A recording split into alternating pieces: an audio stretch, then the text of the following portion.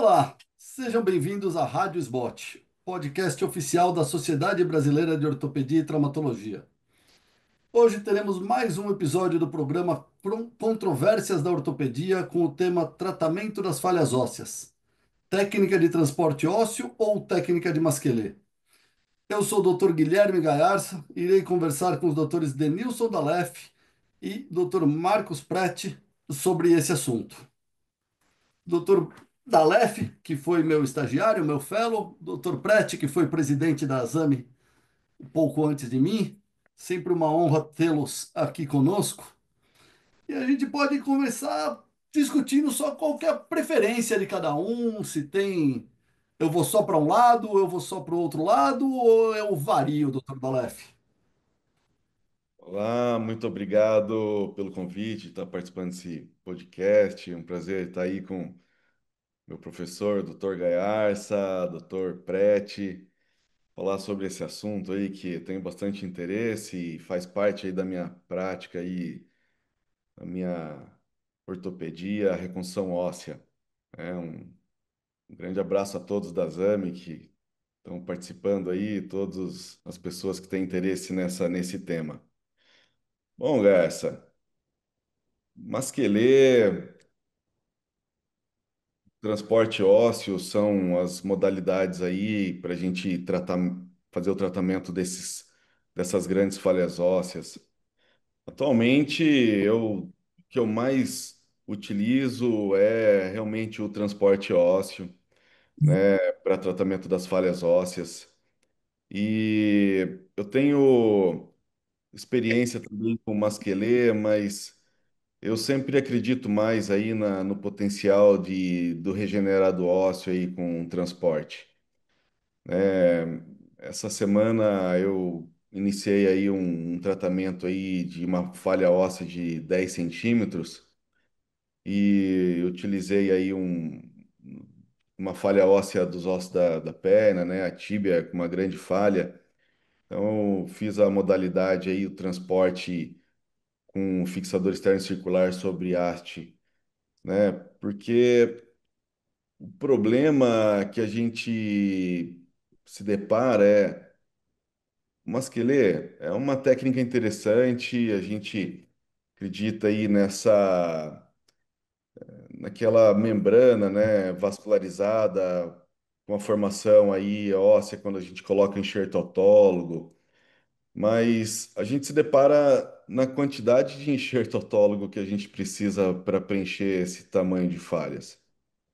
Então, com transporte ósseo, a gente consegue um bom regenerado.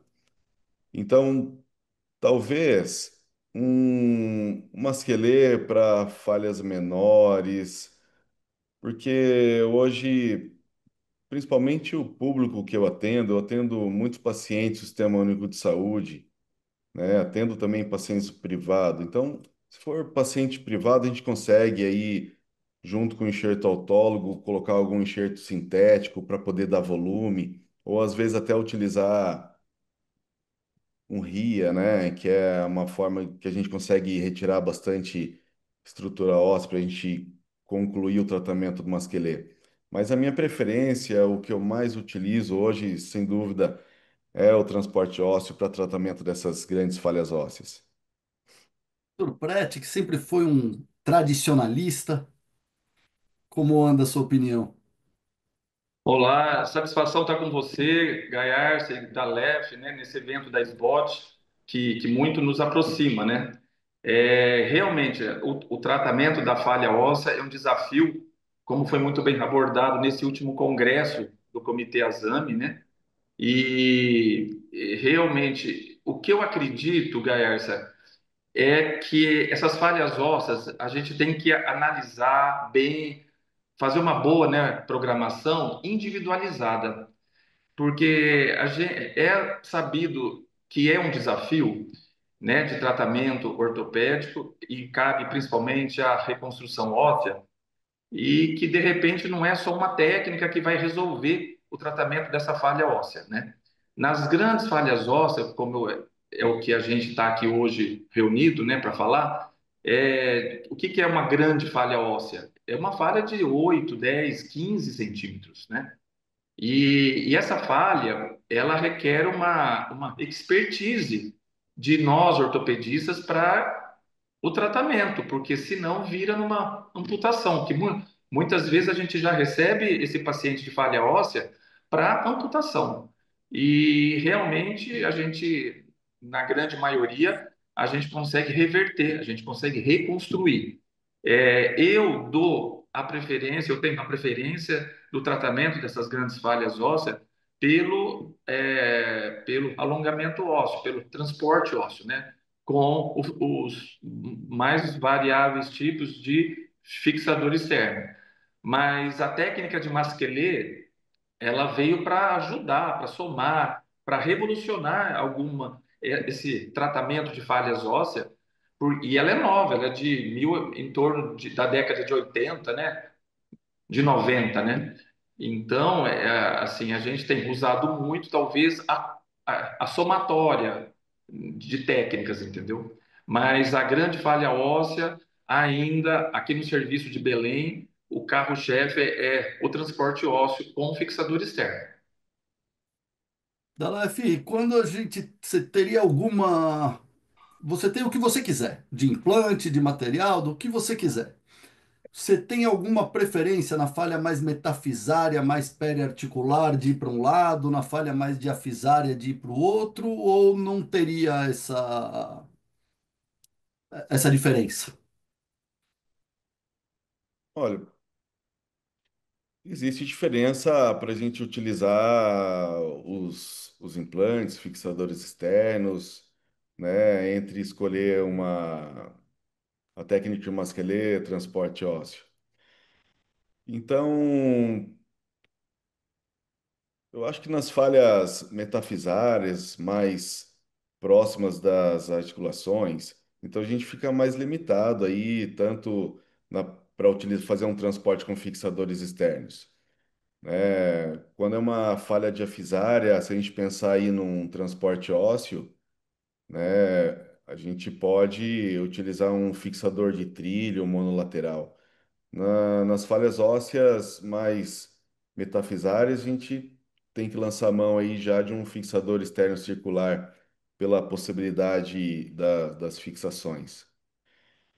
O que me define mais entre uma técnica e outra seria realmente o tamanho da falha, o tamanho da necessidade, né, as condições de fixação, né? Então, eu pensaria numa falha menor, eu analisaria o que eu teria de possibilidade para poder fazer um preenchimento pensando numa esquelete, né?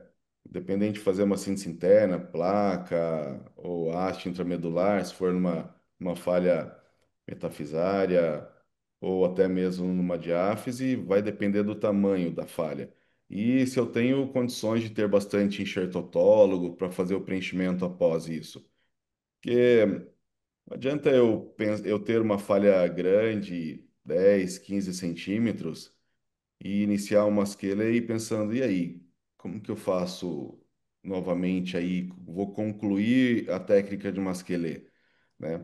É claro que existe também já um trabalho mais moderno, né? Tem até um caso seu aí de um transporte ósseo, né? Após o masquelê, né? Sobre a membrana, né? Por dentro da membrana, né? Mas o que definiria para mim seria, sem dúvida, independente dos materiais, seria o tamanho da falha, Dr. Garça. Beth, e partes moles, infecção prévia. Partes moles ruins, vai precisar de um retalho, tem uma infecção prévia, uma ressecção grande. Retalho ou masquelê, ou você tende ao híbrido?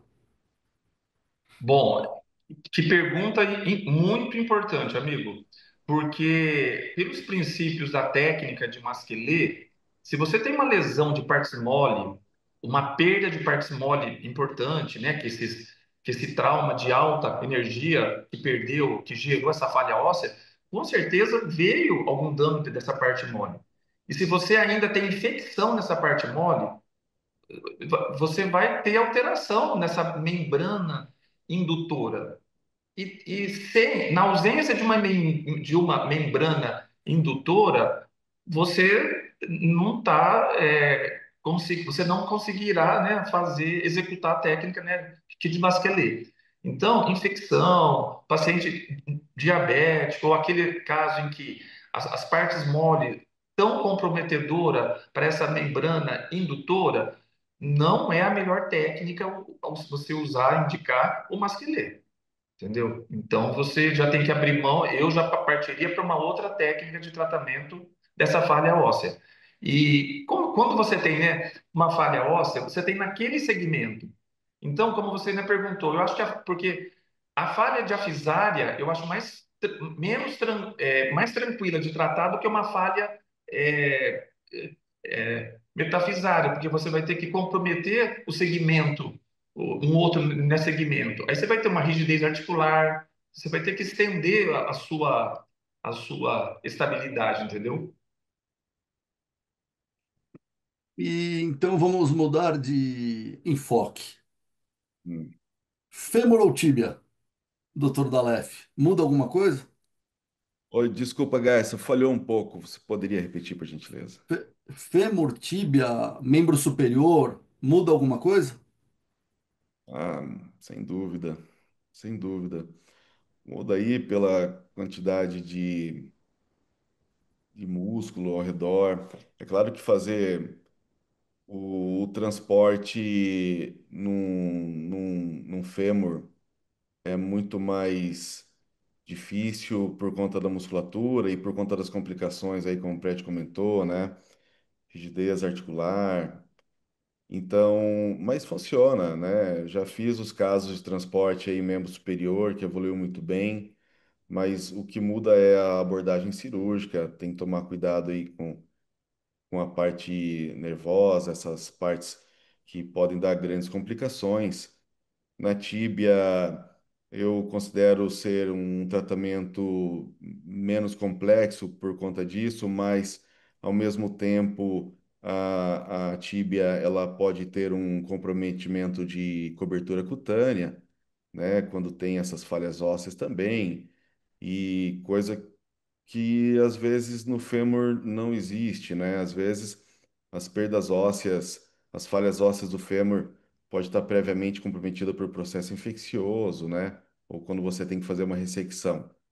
Mas o que muda seria a cobertura cutânea nos membros inferiores e os cuidados que você precisa ter no caso de um úmero, né? Por conta do nervo radial, principalmente.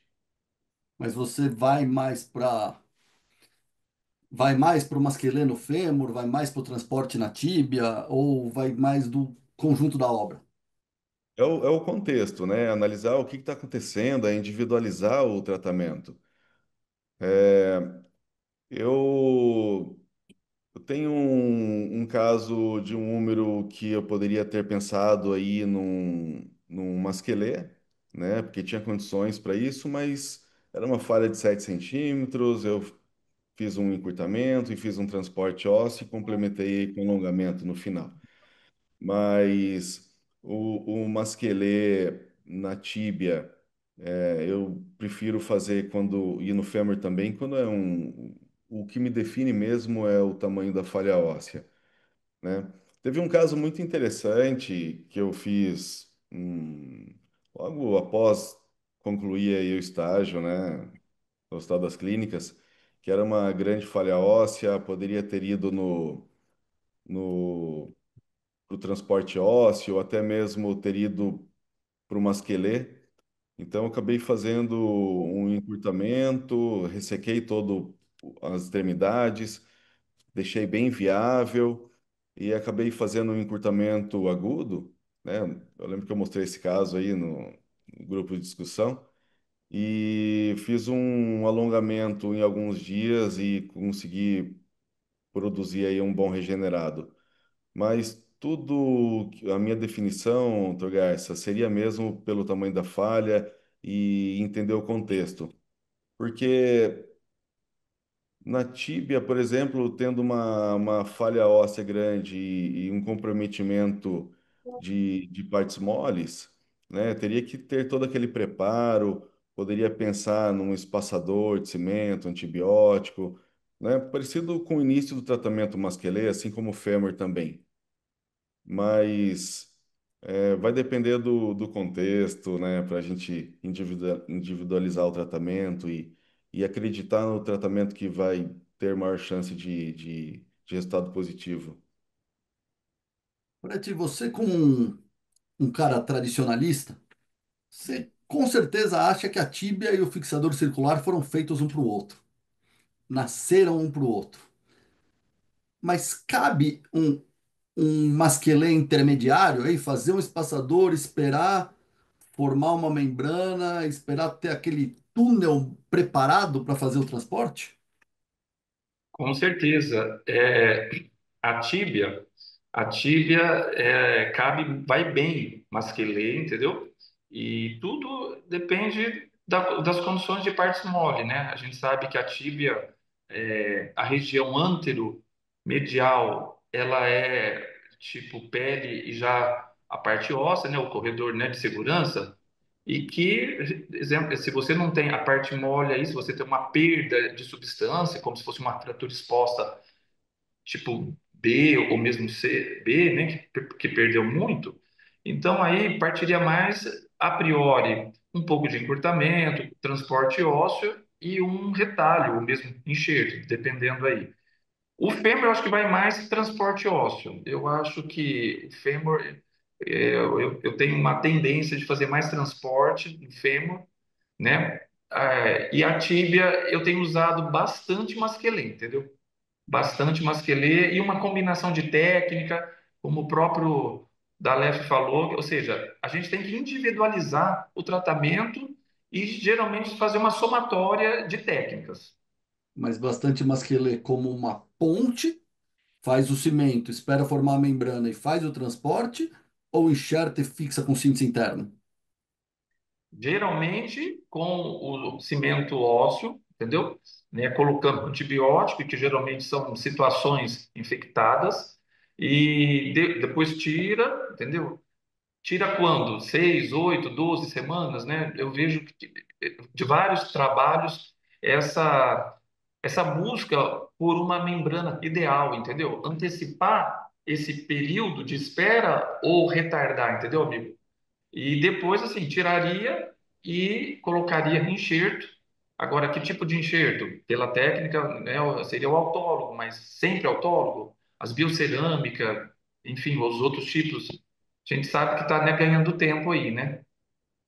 Está, no caso, ganhando espaço, né? Mas num mundo controverso, os senhores estão muito em cima do muro. Estou querendo respostas. Respostas, eu vou por aqui. Não vai depender se semana que vem tem eleição do Papa ou não. Eu queria um eu vou. Esse é meu caminho. Tá. Bom, Entendi, cara, mas é muito. Quando a gente lida com os pacientes com falhas ósseas, né? É muito da gente ter aquela percepção. Também é claro que a gente acaba discutindo o caso, né, com o paciente. Tem paciente que teria, se ele puder ajudar na escolha, ele não pensaria no fixador externo circular, né? Daria preferência para uma síntese interna, uma esqueleta, tenho convicção disso. Mas é que depende muito da condição que a gente está lidando, né? Então, se tem uma infecção prévia, é um pouco mais delicado. Aí, talvez, imagina, uma condição dessa, né? Tem uma infecção, a gente faz o tratamento com esse passador de antibiótico, espera aí o tempo, 1 a 3 meses. Temos convicção que aquele processo infeccioso está tratado, né? Enfim, se mostra aí que está seguro fazer o tratamento. Quem sabe pensar no masquelê, mas é claro que a gente está diante aí de um risco aumentado de manter um processo infeccioso e infectar todo aquele enxerto e a gente entrar com um problema maior. Então aí, sem dúvida, né, um transporte ósseo eu acredito que seria mais seguro, talvez o encurtamento, e vai tratando conforme o contexto do caso. Mas no mundo da reconstrução óssea é difícil a gente definir com exatidão, né, essas regras, né? Tanto é que, né, não existe uma regra bem definida, ó, até 5 centímetros a masquelê, ou até a partir disso o transporte. Por isso que é uma controvérsia, né? Por isso que acredito que esse tema está em questão hoje. Prati, Left, o você tem doutor uma. Gaiarsa não vai receber de nós uma receita de bolo. Ah, falha na tíbia de 8 centímetros é isso. Ponto final, somente isso. Ele não vai Prati, receber isso. Oi, você tem a sua falha na tíbia de 8 centímetros. Você tem um paciente que na perna esquerda você fez o transporte e depois de 1 ano e meio de fixador ele teve uma refratura do docking site. Você tem um paciente que na perna direita você fez um masquelê e ele ficou bem, mas depois de 1 ano e meio ele infectou aquele enxerto, aquele masquelê e você tem que começar do zero. Qual dos dois é pior? eu acho da perna direita que você fez o masquelê infectou. O, é melhor tratar a refratura do docking do que a infecção do masquelê. Não tem dúvida. É melhor falar pro paciente que ficou 1 ano e meio com fixador externo, que ele vai ganhar o fixador de novo, ou falar para o paciente que ficou 1 ano e meio bem, que ele vai ganhar um fixador agora. Veja bem, é mais fácil falar para ele que nós vamos tratar de uma refratura que não tem infecção e que faltou uma reestruturação óssea para dar estabilidade, enfim, do que falar, olha, esse 1 ano e meio não foi curado, provavelmente quebrou pela infecção, e ele vai te perguntar: mas eu vou ter cura um dia, doutor? Ou eu devo sair daqui de Belém para São Paulo tratar lá essa infecção, entendeu? É muito pior. Você vai ter a refratura e a infecção. Manda para Concorda? Maringá, por favor. Você, doutor Dalef, qual das duas É, complicações? eu acredito a pior complicação seria a infecção aí do masquelê, pós-masquelê. Então, vai ter que ressecar tudo de novo e a partir que era uma síntese interna, vai ter que partir aí para uma fixador externo, um transporte, vai depender também do caso, né? E entender se essa infecção está no implante ou se é no osso formado, né? No osso regenerado, onde era o enxerto.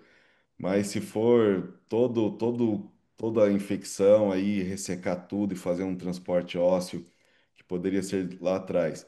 E agora a fratura ali do regenerado, ali no docking, né? A fratura, a refratura, no caso, também depende se o osso tem um alinhamento mais próximo do anatômico, se não tem infecção. Porque aí a gente pode pensar numa síntese interna, né? Dependendo achar viável um osso longo aí, conseguir uma haste intramedular ou até mesmo uma fixação aí com uma placa, dependendo da localização anatômica, sem dúvida a infecção é a pior da complicação, não tenho dúvida sobre isso. E qual é mais comum? Olha, como eu faço mais alongamento, tratamento de PC-artrose, para mim o que eu observo mais é a fratura ali no docking, né? Refratura. Tem, Graças a Deus, eu não vi nenhum processo infeccioso aí no masquelê. tem dois estudos que dizem que a complicação acontece em torno de 30% nos dois grupos. Então, o índice de complicação é o mesmo, mas que a dúvida é quando ela acontece, em qual eu sofro mais. Entendi. É. E o transporte no fêmur e o risco aumentado de rigidez de joelho contra o masquelê no fêmur e a liberdade maior para o joelho para ti. Sem dúvida, o transporte no fêmur e uma rigidez no joelho, porque hoje a gente já tem técnicas de liberação desse joelho, né? Ver se essa rigidez articular é intraarticular ou extra, desde uma artroscopia ou também uma quadricepsplastia, um judê, entendeu? Então, transporte do fêmur. podendo haver a complicação de rigidez. Concorda? Eu só estou perguntando hoje. Tudo bem. Me deram uma missão de fazer perguntas. Com certeza. Posso fazer uma pergunta para vocês dois? Masquelê em um só tempo, alguém de vocês já fez? Um só tempo, você quer dizer limpa a falha, põe o cimento, põe a haste. Não, limpa e sem passar, sem esperar a membrana, né? Sem colocar cimento ósseo. Já colocaria um substituto ósseo, entendeu? Autólogo ou não. Em falhas de até 3 centímetros, que eu não sei muito bem quem criou esse número, já tive bons resultados. Entendi. Quer dizer, uma enxertia maciça numa falha de 3, 4 centímetros, com um envelope de partes moles bom, com um conjunto bom, não vejo problema. Em falhas maiores, muito provavelmente vai reabsorver todo o enxerto e não vai formar osso no lugar, vai formar fibrose. É, talvez uma falha parcial, né? Que tem um fragmento que tenha um contato, e aí você, ao invés de fazer um transporte parietal, você pode pensar em tirar um enxerto de crista e fazer mais ou menos modelado e estabilizar ele de alguma forma, associado. Eu acho que aí vai bem, mas para falhas menores, Prete, eu acho que seria uma solução bacana. Eu tenho tentado procurar lido um pouquinho nesse aspecto, entendeu?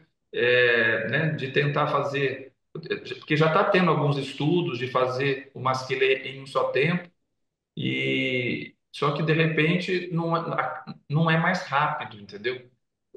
Tamanha a importância dessa membrana indutora, né, osteogênica, né? Então, realmente, ainda acho que quando a falha é pequena, a gente, e sem infecção, né, a gente se arrisca, a gente faz, a gente indica, né, essa resolução dessa falha já com o próprio enxerto de uma fratura, né, praticamente aguda, né, uma perda pequena. Existem alguns estudos experimentais muito antigos, da década de 90, que falam em infiltração de tecido cicatricial fibroso em áreas de enxerto muito grandes. Então, quando começou a se estudar algum tipo de parede, de cage, para proteger o seu enxerto, para que a reabsorção não fosse substituída por um tecido fibroso que não pudesse ter uma metaplasia em tecido ósseo. E o que a membrana de Masquelê realmente mudou foi criar essa membrana que impede a invasão fibrosa. Então, eu não sei qual seria não imagino qual seria a solução para fazer um grande enxerto de 7, 8 centímetros sem fazer a membrana prévia, sob o risco de ter que abrir e tirar tudo, como nos casos de infecção do masquelê. Mas já vi casos de boa evolução. Mas são raros, né? Eu acho por tudo que a gente tem visto, estudado, né? Eu acho que se vocês concordarem, é importante a gente passar essa mensagem, né? Que, poxa, o masquelê, a importância dessa membrana indutora, só que também tudo pode se perder com infecção, né? Existem vários estudos recentes, vários, 3 ou 4, estudos recentes falando no transporte sobre a membrana e que para mim parece fazer muito sentido, que é formar não só um caminho, não só uma trilha para esse transporte correr dentro, mas na tíbia parece que forma uma camada de partes moles mais forte na parede medial que evita que esse osso venha a romper aquela parede medial fina, que é só a pele, e expor o osso. Parece que quando você faz a membrana prévia, você tem um caminho mais seguro para correr esse transporte. Alguns falam que vai mais rápido, outros que não faz diferença, mas me parece interessante. Perfeito.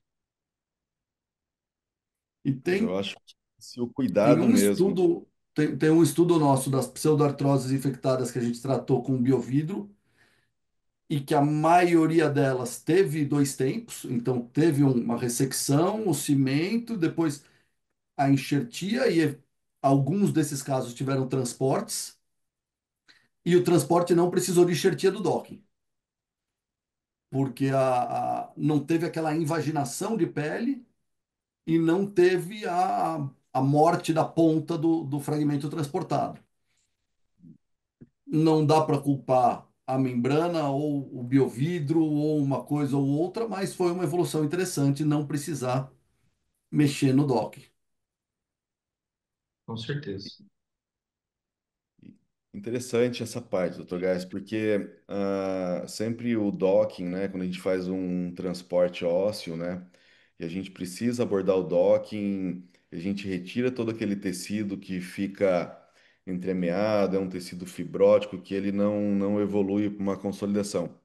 Então, talvez, né, eu não tenho experiência dessa forma, né, de fazer um transporte intramuscular, vou colocar dessa forma, mas talvez essa membrana vascularizada promovendo esse espessamento ali medial, né, para proteger a pele e evitar essas complicações, talvez isso pode também favorecer ali no futuro esse encontro, né, do docking para ocorrer essa consolidação no final. Bom, já temos mais de meia hora de conversa aqui. Então, você acabou de ouvir mais um episódio da Rádio Sbot, o podcast oficial da Sociedade Brasileira de Ortopedia e Traumatologia. E antes do encerramento final, queria perguntar se o Dr. Dalef ou o Dr. Preti querem fazer mais algum comentário.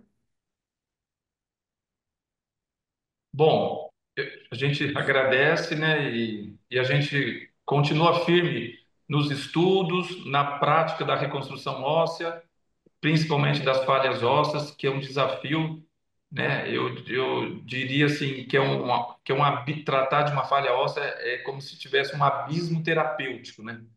E a gente tem que, ora, somar técnicas, que não existe uma técnica única e ideal, que o tratamento tem que ser individualizado, que demanda de uma expertise do colega, porque senão você vai gerar um tempo maior, um custo maior, expectativa maior, né, para essa cura, para essa restauração. E que cada vez mais a gente espera que os estudos aí, entendeu, venham contribuir para que a gente possa conhecer mais esse calo ósseo do masqueleto, do docking, seja pelas raio-x, pelo ultrassom, entendeu? Isso tudo a gente está no aguardo aí. Dalef, alguma despedida? Acho que é isso mesmo, o Beth complementou muito bem. Eu quero agradecer a SBOT pelo convite, a Zami por todo esse conhecimento, o Dr. Gaiarsa, Dr. Targa, Dr. Paulo Reis, todos do Hospital das Clínicas, né, pelo conhecimento me passado, né? Isso aqui é um livrinho que eu tenho aqui do Dr. Lizarve, né? Então, eu tenho meu método mais tradicional de reconstrução óssea, né? Isso aí eu acredito muito nesses resultados na reconstrução óssea. Então, mas é um abraço para todos que escutaram aí, que assistiram aí o nosso podcast. Um abraço a todos. Obrigado, Dalef, obrigado, Preti. Então, agradecer também o convite da Sociedade Brasileira de Ortopedia, lembrando todos vocês que todas as edições do podcast da SBOT estão disponíveis no site sbot.org.br e também nas principais plataformas de streaming. Nos vemos no próximo episódio e até lá.